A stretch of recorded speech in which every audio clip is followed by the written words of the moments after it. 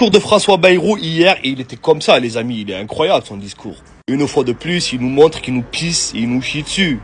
Une fois de plus, il nous montre que nous, on est des moins que rien, que le peuple français, c'est des moins que rien, les amis. On baisse les retraites, on baisse les cotisations sociales, on baisse le remboursement des médicaments, on enlève 2 jours fériés, on taxe les petits colis qui viennent de Chine et ténus.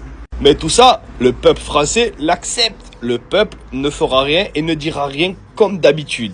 Il a toujours dit dans son discours, on va faire un effort. Mais il n'a pas parlé une seule seconde de eux, en fait. Des députés, des sénateurs, des ministres, du président, des anciens présidents qu'on paye 15 000 € par mois, des sénateurs où ils pourraient baisser également leur salaire, les députés également leur salaire. Mais non, en début d'année, ils se sont augmentés de 21%. L'Assemblée nationale, c'est 700 millions d'euros par an. Les sénateurs, c'est 400 millions d'euros par an. Le Parlement, la présidence, c'est 700 millions d'euros par an. Il n'a pas dit une seule fois, nous aussi, on va participer, on va baisser le budget. On va baisser nos salaires. On va arrêter de profiter du système comme on fait depuis des décennies. Ça, il n'a pas dit. Une fois de plus, il tape sur la classe moyenne, sur les Français. Il tape sur le peuple français. Et nous, tout ça, on l'accepte.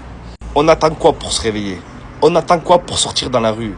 On attend quoi pour montrer qu'à ce gouvernement, on en a marre? Est-ce que les députés, ils vont vraiment faire une mention de censure?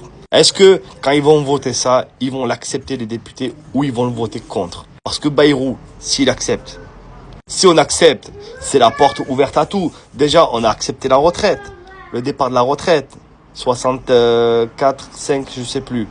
Parce que tellement que je sais plus, tellement que je sais que j'aurai pas la retraite, donc je m'intéresse pas, tu vois, parce qu'on n'aura pas la retraite. Ce gouvernement est en train de nous pisser dessus et nous, on dit rien.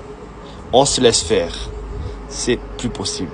Le pire, c'est que en fait, en 2017, il avait fait exactement la même chose et on l'a réélu président, son gouvernement. Eh ben.